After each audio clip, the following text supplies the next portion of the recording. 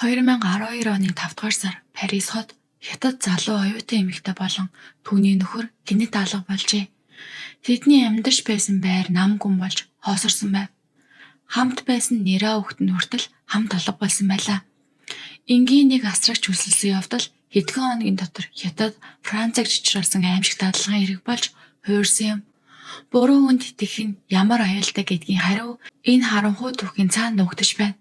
Dark Crime суух тав тамирал илүү олон гэмт хэргийн түүх үзэх эсвэл лайк, subscribe заавал дараарай.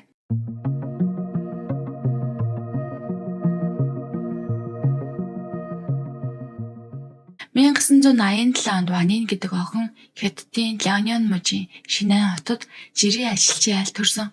2008 онд дөнгөж 21 настайдаа Францад суралцж байсан ахыхаа нөлөөгөөр Парис руу явжээ. Гадаадд сурч амьдрахаар шийдсэн Ванин ах нь өөр хотод байсан тул хичээлийнхаа хажуугаар ажил хийхээс өөр аргагүй болсон. 2011 оны нэгэн орой ресторан дахь уурт ээлжийн ажиллаа дуусгаад ядарсан байдалтай метроны буудлын дээр зогсож байхад нь нэг танихгүй эрэгтэй гинэт гүйж ирээд мөрөн дээрх цүнхийг нь булаагаад цугтжээ. Айл сандарсан тэр чанга ашгарсан байна. Яг тэр үед буудлын дээр байсан нэг залуу булгаачийг хөөж байраад цүнхийг нь буцааж өгсөн. Ванин түүний тус занг маш их үнэлжээ. Тэр залуугийн нэрийг Шуу Лияни гэдэг мөн Хятадаас ирсэн өөрөөс нь 1 насаар ах байлаа. Шуу Пужан мужийн ядуу жижиг тосгонд өссөн. Дунд сургуулаа төгсөөд сургуулаа орхиж, илүү сайхан амьдрал хайж өсвөр наснда хамаатнуудаа хамт Франц руу хууль бусаар нэвтэрсэн байна. Амьдралаа залгуулахын тулд тэр хүнд бага цалинтай ажлууд хийж олсон мөнгөнийхөө ихэнхийг Хятад дахь эцэг эхтэй явуулдаг байжээ. Хэдэн жилийн дараа түүний явуулсан мөнгөөр гэр бүлийнх нь шинэ байшин авсан. Ванин түүнтэй анх уулзах үед Шуу Францад хууль ёсны орчин суух эрх аваагүй бичиг баримтгүй хэвээр байв. Галт тэрэгний буудал дээрх тэр богинохоо учраас тэр хоёрын харилцааг эхлүүлж хамтдаа цаг өнгөрүүлэх тусам тэдний холбоо аажмаар гүнзгийрсэн. Удалгүйдэд Парисын 15 дахь дүүрэгт жижигхэн байр түрээслэн хамт амьдарч эхэлжээ. Ванин хичээл ажлаа зэрэг хийж Шуу биеийн өвчний ажил хийсээр байлаа. Дүд удалгүй Ванин жирэмсэн болсноо мэджээ. Шуу Францад хууль ёсны визгүй байсан тул энэ тухай зөвхөн Францад ахтаа л хийсэн. Дэд Хятад дахь эцэг эхээсээ жирэмсэн болсоо нууцлсан ч хүүхдээ хүлээхдээ маш их баяртай байсан бөгөөд ямар ч бэрхшээл тулгарсан давж чадна гэж итгэж байлаа. Ванины ах нь болгоомжтой байхыг зөвлөсөн. Орлого бага, амьдрах нөхцөл докторгүй нэг нь оюутан, нөгөө нь бичиг баримтгүй байсан нь хүүхэд өсгөхөд тохиромжгүй орчин байв. Гэсэн ч Ванин энэ хүүхдийг өөрсдийн хайрын бэлэг тэмдэг гэж үзжээ. Тэд залуу хөдөлмөрч учраас бүхнийг давна гэж итгэж байлаа. Мөн Францад төрсэн хүүхэд Францын иргэншил авах, төрийн дэмжлэг авах боломжтой гэж бодсон. 2012 оны 20 дугаар сард тэдний хүү төрсэн байна. Хятад нэрийнх нь хажуугаар Франц нэр өгсөн нь Лукас байв. Гэхдээ энэ хүүхэд тэдний амьдралыг оронгоор нь эргүүлнэ гэж огт төсөөлөөгүй. Лукас байнга уйлдаг. Тэр хоёрт хүүхэд асрах туршлага огт байгаагүй. Нойргуудал ядаргаа дунд ажил, хичээлээ зэрэг зохицуулах нь маш хэцүү болсон. 2 сар өнгөрөхөд тэд бараг туйлдаа үрсэн байдаг. Аргаа бараад 1-2 жил хүүхэд асрагч хөлсгөө шийдсэн. Гэвч Франц асрагчид маш хүнтэй хэлний бэрхшээлч нэмэгдэж байв. Тиймээс Ванин Парис дахь Хятад хүмүүсийн саятаас асрагч хайж эхэлжээ. 4-р сард тэр Жанхуй гэдэг эмэгтэйн зар олж харсан. Жанхуй 2 настай хүүхэдтэй гэртээ хүүхэд харж өгдөг. 31 настай Сужоогоос гаралтай Парисын 12 дахь дүүрэгт амьдардаг.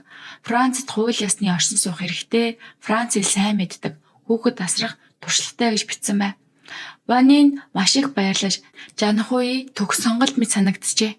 Хэдэн удаа уцаар ярьсны дараа Ванин нөхөртөөгөө Жанхуйгийн байранд очиж үзжээ. 60 м квадрат орчим цэвэрхэн эмэг цэгцтэй хүүхэд асрахад тохиромжтой орон сууц байсан. Жанхуйгийн 2 настай хүүхэд эрүүл харагдсан залуу уцыг тайвшруулсан байна. Жанхуй нөхөр нь Шанхайгаас гаралтай Францад сурч байгаад оршин суух эрх авсан. Одоо ресторанд ажилладаг гэж хэлжээ. Орлого багтвал гэртээ хүүхэд тасарч нэмэлт орлого олохын тулд ийм үйлчлэгийг эрхэлж эхэлсэн гэв. Түүний дулаан харилцаа, өөртөө итгэлтэй байдал, цэвэрхэн орчин хосын итгэлийг бүрэн олжээ. Удалгүйтэд Лукасыг Жанхуй даатахаар шийдсэн. Гэрээ хийж ажлын өдрүүдэд Жанхуй хүүхдийг харж эцэгийнх нь 3 хоног тутамд эргэж амралтын өдөр гэртээ авч даваа гарагт буцааж өгнө гэж тохиржээ. Сарын төлбөр 800 евро байв. Гэхдээ Ванийн дотроо бага зэрэг тавгүй байсан. Хэтэрхий жаахан хүүхдээ өөр айл бүлдэж байгаа нь сэтгэлд хүн санагдаж байлаа. Уудалгүй нэг зүйл анзаарагцсан. Гэртээ байнга уйлдаг Лукас Жанхуйг очихоор үргэлж тайван унтаж байдаг байв. Харин гэртээ ирмэгц дахиад уйлж эхэлдэг. Ванийн магадгүй асрагч хүүхэд тайвшруулах өөр арга мэддэг байх гэж бодоод эргэлзээ алга болж улам итгэх болсон. 2012 оны 5 дугаар сарын 23-нд Ванийн ах руугаа залгаж маргааш орой ахтайгаа уулзахаар тохиржээ. Гэтэл 5 дугаар сарын 24-ний үдээс хойш ах нь түүнтэй холбогдож чадсангүй. Ванийн шүүх хоёрын утас хоёулаа унтраалтай байв. Эхэндээ ажилтаа л байгаа байх гэж бодсон ч дараагийн 2 өдөрч утас нь унтраастай. Санаан зовсон ах нь тэдний ажилладаг ресторан руу залгасан байна. Тэд хэд хоногийн өмнө амралт авсан. Асрагч нь хятад руу буцах гэж байгаа тул хүүхдээ авахаар явна. Дараа нь буцаж ажилдаа орно гэж хэлсэн гэжээ. Тэр өдрөөс хойш тэднээс дахин ямар ч сураг гарсангүй. Ванины ахын санаа нэг зовж өдөр бүр залгасаар байлаа. 5 дугаар сарын 30-нд холбогдож чадаагүй тул эцэст нь хүний тусламжтайгаар тэдний байрны хаалгыг онгойлгож оржээ. Ширээн дээрх хоол нь муудаж хөгжирсэн байв. Хүүхдийн өгжинд үлдсэн сүүж муудсан байлаа. Утаснууд нь байрнаас олдсон бөгөөд хаа нэгтээ явах гэж бэлтгэсэн улмуур огт байгаагүй. Төрөвч паспорт нь хүртэл шургуулганд байж байв. Айд сандарсан ах нь Ванины утсыг асааж үзэхэд асрагчаас ирсэн хамгийн сүүлчийн мессежүүдийг олжээ. Өнөөдөр ирээд хүүхдээ аваарай. Хадам аав гинэт өвцөн. Бид хятад руу явах хэрэгтэй боллоо гэв. Сэжиг төрсэн ах нь 6 дугаар сарын 1-нд Парисын цагдаад хандаж мөн Ванины нөхрийн хятад дахь гэр бүлтэй холбогджээ. Гэр бүлийнхэнтэй ярилцахад 5 дугаар сарын 23-ны орой Ванийн шүү хоёр гэртээ байж уцаар хэвий ярьж байсан тогтоогдсон. Мөн Парист амьдардаг шүүгийн үеэл 5 дугаар сарын 24-ний 4 цагийн орчимд түүнтэй ярьсан. Ямар ч асуудалгүй байсан гэж хэлсэн. Цагдаа нар мөрдөн шалгалтаа үргэлжлүүлж байх хооронд ах нь асрагч Жанхуйтай холбоо барьж чаджээ. Асрагч Жанхуй хадам аав харавсан тул нөхөртөөгөө хамт хятад руу буцсан. 5 дугаар сарын 24-нд Лукасыг ээж аав нь аваад явсан. Түүнээс хойш холбоо бариагүй гэж хэлсэн. Мөн байнга холбоотой байж цагдаа туслана гэж амласан байна. Гадаад байдлаараа тайван байсан ч ах нь улам их сэжгэлж эхэлсэн. Ванины ах нь асрагч Жанхуйгийн байранд очие гэхэд тэр хаягаа өхөөс татгалзжээ. Цагдаагийн шалгалтаар Ванийн шүү хоёр алга болсны дараахан Жанхуйгийн нөхөр гинэт ажлаасаа гарч хятад руу явсан тогтоогдсон. 2 хоногийн дараа Жанхуй хүүхдтэйгээ хамт явжээ. Тэд бүх хадгаламжаа хятад руу шилжүүлж Франц дахь банкны данцаа хаасан байсан. Жанхуйгийн байр хамгийн сүүлд Ванийн шүү хоёр оцсон газар байсан тул цагдаа нар нэгжлэг хийжээ. Бүх зүйл маш цэвэрхэн шал угаалгын өрөөг тусгай бодсоор сайтар цэвэрлсэн байв. Гэхдээ ямар ч нотлох байранд олдоогүй. Гэр бүлийнхэн нь юу ч хийж чадалгүй хүлээхээс өөр аргагүй болсон. Энэ хооронд хятад Францын интернетэд алга болсон хүмүүсийн зар тарааж Жанхуй болон түүний нөхөр хоёрыг сэжигтэй хүмүүс гэж нэрлэж эхэлжээ. 2012 оны 6 дугаар сарын 7-нд Парисын цагдаад нэг аимшигтай дуудлага ирсэн. Айд гүйж явсан 2 эмэгтэй хүний ялсарч эхэлсэн хөл олжээ. 7 хоногийн дараа 6 дугаар сарын 15-нд нохоотойгоо сэлгэлж байсан нэг хүн өвсөн дунд хүний цогцсны хэсэг олсон байна. Дараагийн хайлтаар илүү олон хэсэг олсон ч толгой нь олдоогүй. ДНХ шинжилгээгээр тэд нэг эрэгтэй, нэг эмэгтэй Аз хүний биеийн эсгүүд болох нь тогтоогджээ. Тухайн үед цагдаа нар энэ аимшигтай зүйлийг алга болсон залуу осуудтай холбож чадаагүй байв. Тэр ойн Парисын хүмүүс их очдог бараг 995 гектар талбайтай алхах, дугуй унах, морь унах замуудтай том газар бөгөөд 12 дугаар дүүрэгтээ нилээд ойр байрладаг. 6 дугаар сарын 16-нд асрагч Жанхуй болон түүний нөхөр хоёр өмгөөлөгчийн хамт Парисын цагдаагийн элтэст өөрсдөө ирж хэрэгээ хүлээсэн. Тэд ойд олдсон цогцсны эсгүүдийг өөрсдөө хайсан гэж мэдүүлжээ. Мөрдөн байцаалтын үеэр асрагч Жанхуй хэрэгээ хүлээсэн. Тэр би Лукас хүүхдийг сайн асарч байсан. Гэхдээ 5 дугаар сарын 23-ны орой гинэт тодорхойгүй шалтгаанаар нас барсан гэж мэдүүлсэн байна. Сандраад цагдаа дуудах талаар бодсон ч айж татгалзжээ. Учир нь Жанхуй албан ёсны асрагчийн зөвшөөрлөхгүй байсан. Мөн нөхөртэйгээ хоёулаа зөвхөн оршин суух хэрэгтэй байсан тул энэ нэрийг илэрвэл Францад босгосон амьдрал нь нуруу унах вэ гэж айсан байна. Тиймээс тэд 2 сарда Лукасын эцэг ихтэй тохиролцохыг оролцсон. 5 дугаар сарын 24-ний өд дунд тасрагч Жанхуй Ванин рүү залгаж хадам аав харуулсан яаралтай хүүхдээ ирж аваарай гэж хэлжээ. Ванин нөхөртөөгөө очиход хүүхдийн инээмсэглэл биш харин амьгүй биеийг нь харсан. Жанхуй энэ бол санамсаргүй зүйл магадгүй гинтийн нэрээ өхөл байж магадгүй гэж тайлбарлав. Ээж Ванин маш их цочирдож сэтгэл санаагаар унсан. Асрагч Жанхуй мөнгө өгч цагдаа дуудахгүй байхыг санал болгожээ. Түүний хэлснээр уй гашууд автсан эцэг их өөртөө байр дэйлэлгүй Ванин Жанхуйгийн хоолойг боож дайрсан гин дараа нь хутаг авч дайрчээ. Муудалцах үеэр Жанхуй шархагдсан нөхөр нь хутгалуулж ухаан алдаж унсан гэж мэдүүлсэн. Жанхуй өөрийгөө хамгаалахын тулд сүх байрч Ванин болон шүүх хоёрыг олон удаа цохиж алсан гэв. Дараа нь тэр 3 цогцыг угаалгын өрөөр учирж оруулаад цахилгаан хөрөө ашиглан бананд хэсэг хэсгээр нь салгасан гэж мэдүүлжээ.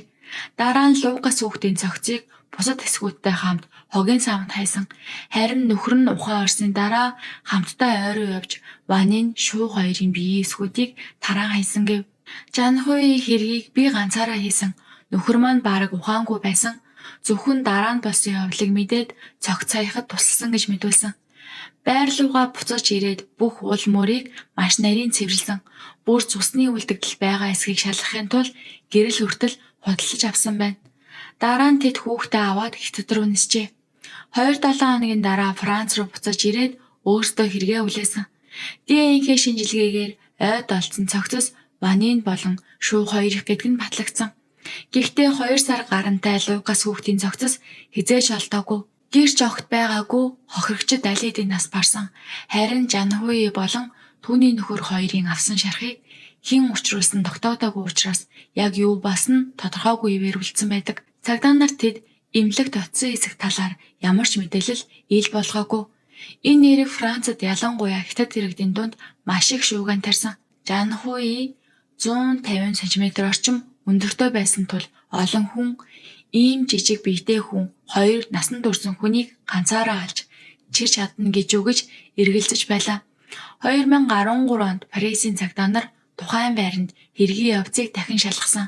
Жанхуй 2 насанд хүрсэн хүний хэмжээтэй манекенийг баан чирч оруулж чадсан бөгөөд энэ туршилтыг амжилтад авч чадсан. Мөрдөн байцаагчид Жанхуйгийн мэдүүлгийн гол хэсэг нь Лукас хүүхэд санамсаргүй нас барсан гэдэг дээр тулгуурлаж байгааг онцолсон. Гэвч тэр хизээч хүүхэд яг юунаас болж нас барсан зохицыг нь хаана яснаа хэлээгүй. Хохирогчдын гэр бүлийнхэн Жанхуй хүүхдэд унтуулах юм өгдөг байсан байх гэж сэтгүүлсэн. Учир нь Ванин очих бүрд Лукас үргэлж унтаж байдаг байжээ.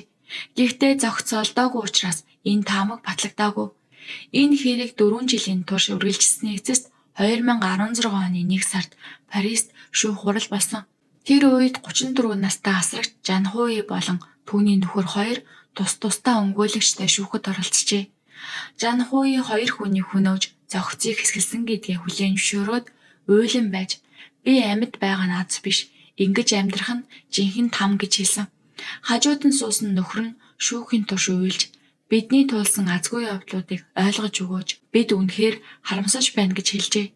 Нөхрийн өмгөөлөгч нь Францын алдартай хуульч Эрик Дюпон Моретти байсан. Тэрээр олон маргаантай хэрэгүүдэд ялалт байгуулсан. Хожим 2020 онд Францын хууль зүйн сайд болсон хүн. Жанхуйгийн нөхрийн өмгөөлөгч тэр зүгээр л тухайн газар байсан болохоос биш хамт хэрэг хийсэн гэсэн баталгаа байхгүй гэж хамгаалсан байдаг. Жанхуйгийн өмгөөлөгч тэр өөрийгөө хамгаалж байсан хоолой болгож хутгалуулж маажуулсан гэдгийг батлах эмнэлгийн баримт байгаа гэж маргажээ. Мөн дараа нь зохицос хэсгэлсэн үед тэр өөрийнхөө байгаагүй гэж тайлбарлсан. Харин хохирогчдын талын өмгөөлөгч энэ бол огтхонч өөрийгөө хамгаалсан хэрэг биш гэж эсэргүүцсэн байна. Сүх цахилгаан хөрөө ашигласан нь урьдчилан бэлтгэсэн байж болзошгүй. Мөн хэргийн дараа шууд хятад руу зогтсон нь санаатай үйлдэл гэдгийг харуулж байна гэжээ. Жанхуй бид зүхтаагүй зөвхөн өөрсдийн хүүхдээ өвөө эмээд нь үлдээхээр явсан. Франц руу буцаж ирэх бодолтой байсан гэж мэдүүлсэн. Франц улс цаазаар авах ял байхгүй байсан тул өөртөө эхэлж хэрэгээ үлээсэн нь ял хөнгөрүүлэх нөхцөл болов. Эцэст нь Парисын шүүх прокурорын саналтай санал нэгдэж Жанхуй өөрийгөө хамгаалсан гэдгийг хүлээн зөвшөөрөөгүй. Харин нөхөр нь аллагад оролцсон нотлохой байхгүй гэж үзсэн. Жанхуйг хоёр хүний амийг хөнөөж зохицыг хэсгэлсэн хэргээр 20 жилийн хоригхаал мөн хохирогчдын гэр бүлд 325 мянган евро төлөх шийдвэр гаргажээ. Харин нөхөр нь шүүхтээр цагаатгагдаж судлагдсан байна. Энэ шийдвэр Франц дахь хятад иргэдийн дунд маш их шуугиан тарьсан. 3 хүний амийг хөнөөсөн хүн ердөө 20 жилийн ял авсанд олон хүн уурлаж шударга бус шийдвэр гэж үзжээ. 2023 оны 3 дугаар сард Францын эвлэл Жанхуйг сайн хоригдол байсан тул электрон хяналтайгаар судлагдсан гэж мэдээлсэн.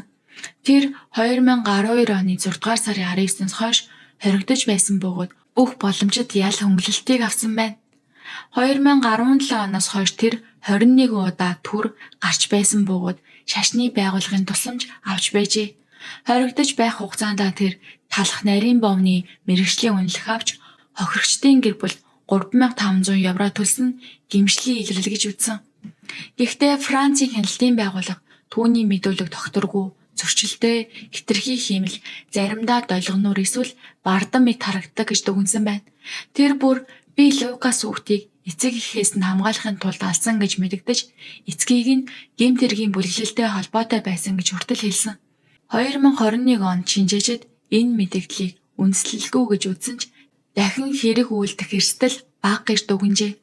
Прокурор эсэргүүцсэн ч тэр 10 гаруй жил хоригдоод суслагдсан бөгөөд бүх нөхцөлийг биелүүлбэл 2 жилийн дотор бүрэн эрх чөлөөтэй болох боломжтой. 10 гаруй жилийн өмнө болсон энэ хэрэг энгийн итгэлээс эхэлж Хятад Францыг зочроосон эмгэнэл явдлаар дууссан. Ванийн шүү болон тэдний 2 сартай хүү Лукас эмгэнэлтэйгээр нас барсан. Тэдний түүх буруу хүнд итгэх нь бүхнийг сүрүүлж чаддаг гэдгийг тод харуулж байна. Өнөөдөр асрагч Жанхуй эрх чөлөөтэй явж байгаа.